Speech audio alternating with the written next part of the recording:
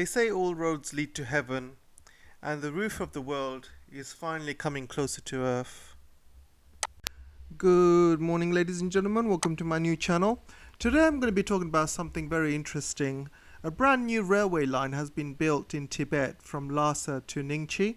This marks the 100-year celebration of the CPC leadership, and he has just completed on time. And I'm going to be talking about this project and the importance of having this railway line in Tibet and why it's important to China and its surroundings. I'm going to be talking about 9 especially very good reasons why this railway is very, very important to China, and I'm going to be talking about it quite soon. So before I start, I want to thank all my subscribers and all my followers and everyone that's been supporting me so far. I want to give a special thanks to my Patreon and everyone that's buying me coffee. Really, really appreciate everything. So let's get on with the show. So let me start by telling you a bit of information about this railway line. It's got a length of 435 kilometers and its design speed of 160 kilometers per hour. And the new railway is a single line electrified railway and is using all the modern technology. So there are 9 stations in the cities of Lhasa, Shannan and Nyingchi that can handle passenger freight and transportation. So, and as you can see, the time reduced from Lhasa to Nyingchi is gone down from 5 hours to 3.5 hours and cuts the time from Shannan to Nyingchi from 6 hours to a little more than 2 hours. And the most important thing is it passes through 47 tunnels and across 121 bridges. So you can imagine the amount of work that's been taken to build this. And it crosses the Yarlung Zambo River 16 times. Tunnels and bridges account for 75% of the total length of the railway. So that's amazing, guys. It is very expensive and it is very costly, and it is a lot of work. It's an extremely difficult place to build the railway lines because of the mountains. So you've got difference in heights, you've got difference in temperature fluctuations, you've got all the permafrost, ice, and it's very, very difficult place to build. But there's also a lot of earthquakes around that area as well. So you can see the difficulties as well as a lot of landslides in the area as well. It's an extremely difficult infrastructure project. It's extremely expensive. So why is China doing this? For mainly 9 reasons, which I'm going to get onto right now. The first reason, and probably the most important reason, is to improve the lives of all Tibetans living in Tibet, but also lives of Qinghai and Xinjiang as well, and generally the western side of China. I mean, everyone knows that the eastern side of China is well developed with many dozens of megacities like Beijing and Shanghai, Shenzhen, Guangzhou. You got so many amazing cities on the east side of China. This is all part of the development plan by President Xi Jinping to develop the west of China and to improve lives of all Chinese people in the west, as well as all the minorities as well.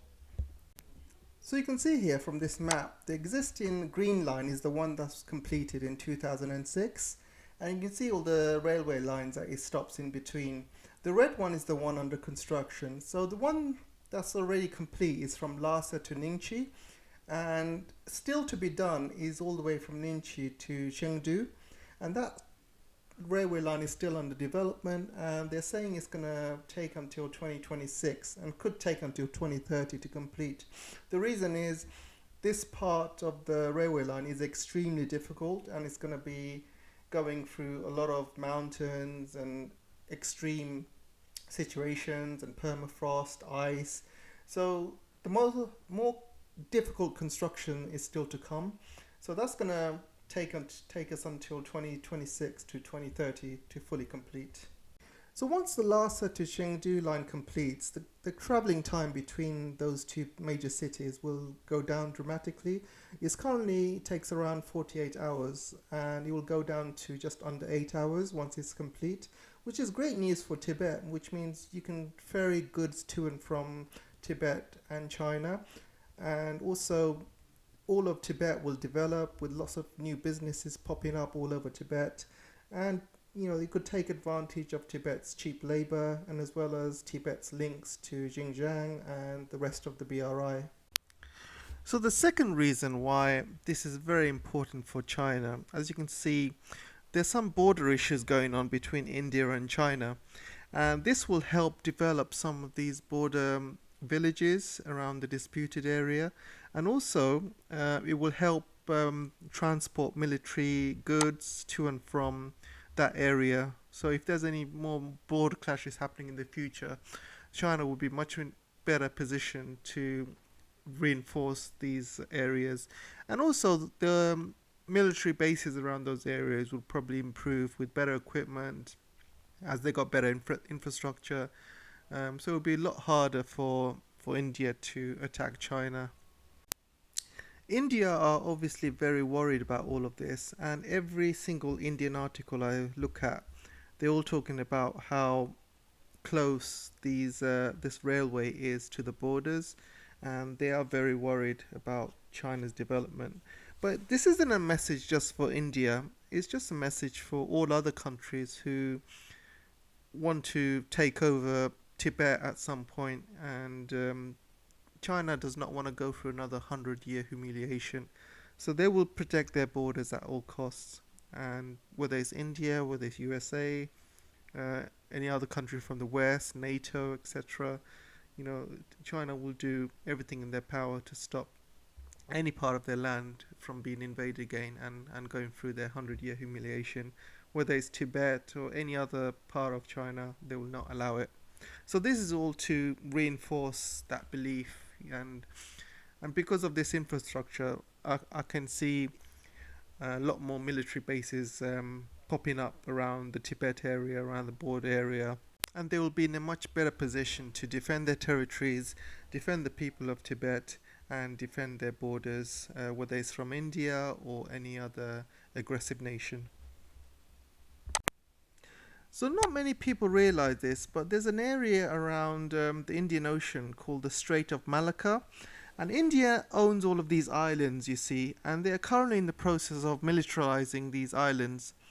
So what many people don't realize is during the Obama years, there is a white paper released by the states saying that in the event of any war with Taiwan, India and all its allies and America would block this Strait of Malacca, which means they would stop Chinese goods coming in and out of China, and they would blockade this area. And in order for the blockade to be successful, all of these islands will have to be militarized, and Indian Navy needs to be at a very, very high standard.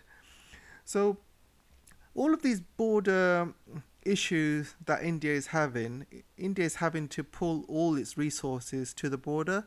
So the more military bases China has in Tibet and near the border areas, and the more infrastructure and the more these villages are developing, the more resources India will have to put along its borders as well, and which means it will slow the growth of these militarization of these islands, and it will slow the growth of its navy. So another issue India is having at the moment is having border issues with Pakistan as well, especially the areas around Kashmir, where India has got a very large force around Kashmir and is administrating Indian parts of Kashmir as well. And it's also got a very large force along the borders of Pakistan, because between Pakistan and India there's still no peace between them. So India is focusing a lot on its border issues, which is good news for China, because which means it doesn't have much resources to put into its navy, and that's bad news for India, and it's bad news for its allies like America as well. So this brings me up to the third important reason why this railway is important for China is the military aspects of it. I have touched on it previously in this video, but I'm going to show you this map which gives you a clearer picture. And as you can see, all these red lines which are being developed, and also the blue lines which are being developed as well. And you can see how these red lines will link up Tibet with the rest of China and its surroundings as well. So these red lines will link to the Xinjiang, and then you got these lines which are going to be linking up to the Sichuan province, and there's a line already here with Qinghai and there's also these blue lines which are linking up to Xinjiang as well. And you also have an extension here which are part of the BRI linking to Nepal and Bhutan as well. And all of these airports are going to be developed around the area, obviously with the rail lines as well. And you can see the amount of development and links which will happen in Tibet and linking it onto the surrounding regions and also the BRIs as well. And you will have a lot of military bases along these border areas as well. And I want to talk about this area called the Chicken's Neck. It's called the Chicken's Neck. So this is a map of India, and the map of India is actually looks like a chicken if you look at it. So that's kind of shaped like a chicken. And the part here is called the Chicken's Neck because there's a narrow piece of land which links the main part of India to its east part of India. So the east part of India is joined by this very narrow piece of land. So they call it the Chicken's Neck because if any countries take over this part of this territory, India would lose the whole of West India. I mean, the whole of East India. So it's a very, very important military part of India, and it's very close to the borders, which means if China has a very vast military base around this Chicken's Neck and they take over the Chicken's Neck, India would lose literally all of East India in any war. So that's why it's called the Chicken's Neck, and you can see it's shaped like a chicken. So it's very important to India as well as China to have this area developed, and you can see the amount of airports and other military bases are going to be popping up around this area, and it's all around this Chicken's Neck here, and that's why the military is going to be building up over the next few years because they'll be able to get a lot of resources to and from China, and these military bases will improve and with latest equipment, etc. So that's another reason. So that's the third main reason. So the fourth main reason why Tibet is very important for tourism is because Tibet's got a lot of historic sites and it's absolutely beautiful, and tourists should be able to go there and enjoy what Tibet has to offer because it's got a lot of history, culture, amazing scenery, and it should be open to the world to see. And you can see from these articles here that are being released by Western media. Basically they're saying domestic China tourism risks Tibet's historic sites environment. I mean, what a load of crap, seriously. Do you see Western governments creating articles like this telling people not to see something? For example, don't go to New York, it's going to risk the environment, it's going to risk all these sites, or don't go to London, or don't go to Paris, you risk destroying historic France or something like that. I mean, it's absolutely ridiculous. When it comes to Tibet and any boost to tourism industry in Tibet, they're saying, oh, it's going to ruin the historic sites, environment. A lot of these reporters are very anti-Chinese and they can't see anything good about China. They'll always write negative stuff. And if China does anything great to Tibet in improving the lives of people, they'll always find something negative to say. So it's a kind of ridiculous, really. A lot of these reporters probably never been to Tibet or never been to China, but here they are writing articles asking people not to visit Tibet. I mean, absolutely ridiculous. So the fifth most important thing why this railway is very important is to counter any terrorism or any separatists that want Tibet to be separate from the mainland, and also any terrorists as well. Because if you improve the lives of people around Tibet and surrounding areas, people have less inclined to be terrorists because, if you're rich, if you've got business and your family's rich and your family's doing well, you're less likely to go blow yourself up and less likely to do terrorism crimes. And that's one of the reasons why Xi Jinping is developing Xinjiang, and also Xinjiang is developing with the BRI, and there's been less and less terrorist attacks in Xinjiang, and it's the same in the Middle East. I mean, if you look at the Middle East, and compare countries like Dubai and Yemen, Syria, Iraq, can you notice a difference? There's no violence happening in Dubai, but when you see places like Iraq, Syria, Yemen, people are fighting, people are killing each other, bombing each other, because Yemen is a very poor country, Iraq's very poor as well after the war, and even Syria. So if you improve the lives of people like you've done in Dubai, people are less likely to cause terrorism acts. And also, this also stops all the separatists that want to separate Tibet from China. But with all these links now linking to China to Tibet, that's never going to happen. So the sixth reason why this railway line is very important is for the BRI. And as you can see, the BRI links to Europe, Africa, Middle East, Central Asia. It all goes via Xinjiang, but also has to go through Tibet as well. And the main reasons Tibet is very important for the BRI, as you can see, these railway lines are being extended to Nepal, Bhutan, they're going to go to Myanmar, they're also going to be going to Bangladesh. This is Bangladesh. So you can see very important, a lot of these links happening to these developing countries. And these developing countries will also develop as well. They'll have good relationships with China, and which means India will have less and less influence on these countries. Because if you think about it in a geographical, geopolitical way, if if China has very good links with Nepal, very good links with Bhutan, this means it's much easier for China to get hold of the chicken's neck, as you can see here. It's much easier if China is friendly with these countries. And if India is friendly with these countries, China is very much of a disadvantage because it will be surrounded, the chicken neck will be surrounded by three, four countries. So that's not very good. So in terms of BRI to these countries is very, very important to China to build a relationship with these countries. So as trade links improve with these countries like Nepal, Bhutan, Bangladesh, you also got Myanmar there as well.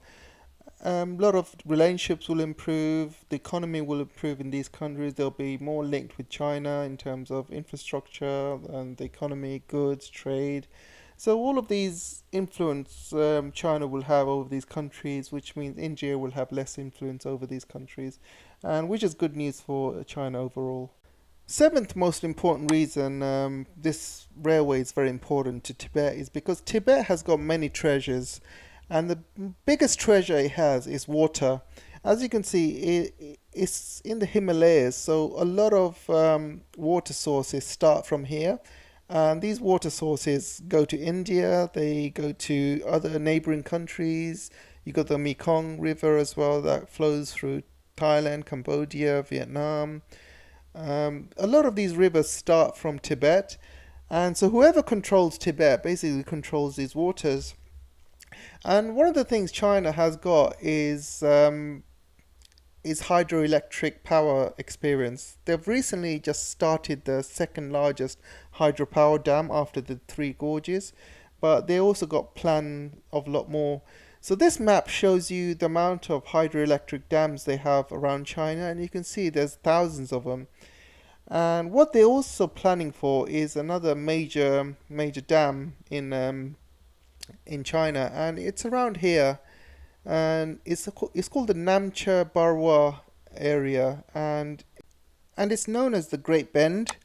And let me give you a bit more information about this. So basically, you can see that the Yanglang Tsangpo runs about 3,000 kilometers through the plateau to the Indian states of Arunachal Pradesh and Assam, then out to the Bay of Bengal to Bangladesh. And the highest major river on earth, running at an average of elevation of 4,000 meters until recently, was one of China's last major free flowing rivers. And over the last decade, China has sought to harness the river's power, and several hydroelectric stations have begun appearing. And these have been planned along the course. But all of those projects pale in comparison to what is planned here, the most remote stretch of the river known as the Great Bend.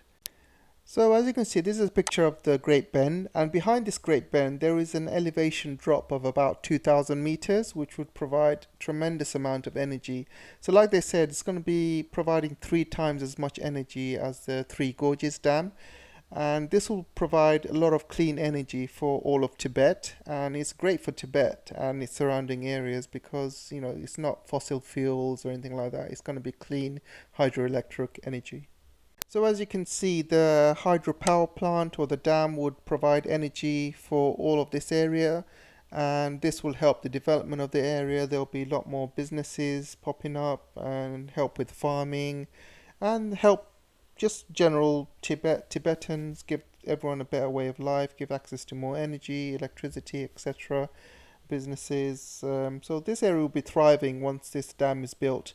But building this dam is not going to be easy. It's going to be one of the most difficult engineering projects that China has ever done. The eighth reason, and one of the most important reasons, is the water. And as you know, that Tibet is a treasure trove of water. And one of the things that China has been doing is doing some water diversion projects. And the central and eastern route are pretty much done, which basically transfers water from the south to the north to Beijing and Tianjin. And there is also a western route that's still under development or still in planning stages, which is going to take water from Tibet and move it to the Yellow River, which will provide a lot more water along the central and western side of China. And there is also another project where there's going to be a 1,000-kilometer tunnel going from Tibet to Xinjiang, and that's going to help Xinjiang develop and Xinjiang's desert develop as well, and to turn it more green. And they're also saying that this is going to basically turn Xinjiang into California. As you can see here, turn Xinjiang into California. So there's a lot of projects that are being planned, and they cannot do this without the infrastructure. So what they're doing now is building the infrastructure around Tibet first, and then which will mean that building these tunnels and building these huge infrastructure projects will be much easier once this railway line and this area develops first. Because obviously with a lot of mining gear and stuff, you need infrastructure to move it from mountain to mountain, area to area. So you need a very good infrastructure there first before you can embark on these huge projects. And the final and probably a very important reason why China is building infrastructure around Tibet and Xinjiang is basically to help its allies, because most of the friendly allies that China has got is along Central Asia. Then you've got Middle East like Iran, you've got Turkey, so you can see Pakistani even. So you can see a lot of its very, very friendly allies are on the western side of China. And if China is investing a lot of money in Iran or Pakistan, for example, and then suddenly these countries are in trouble, whether America's attacking them or another country is attacking them, China would need to be in a position to help these countries. So if China builds this infrastructure around the Tibet and Xinjiang area, it's much easier to help its allies. And if Nepal is in trouble, if Bhutan is in trouble, Bangladesh is in trouble, Pakistan is in trouble, China is in a much better position to help these countries in the unlikely event that there is a war.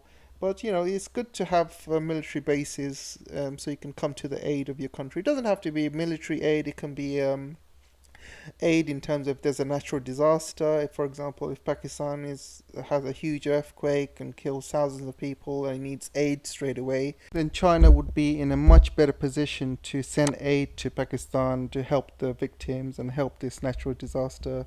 So as you can see, those are the 9 main reasons why building this railway and building this infrastructure around Tibet is very important to China and the surrounding countries.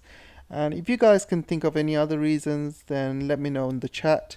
I'm going to end it here. So I want to thank all of you guys for listening. And if you can support the channel, it'll be great. If you can donate, it'll be even better.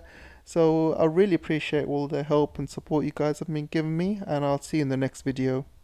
Thank you. Bye.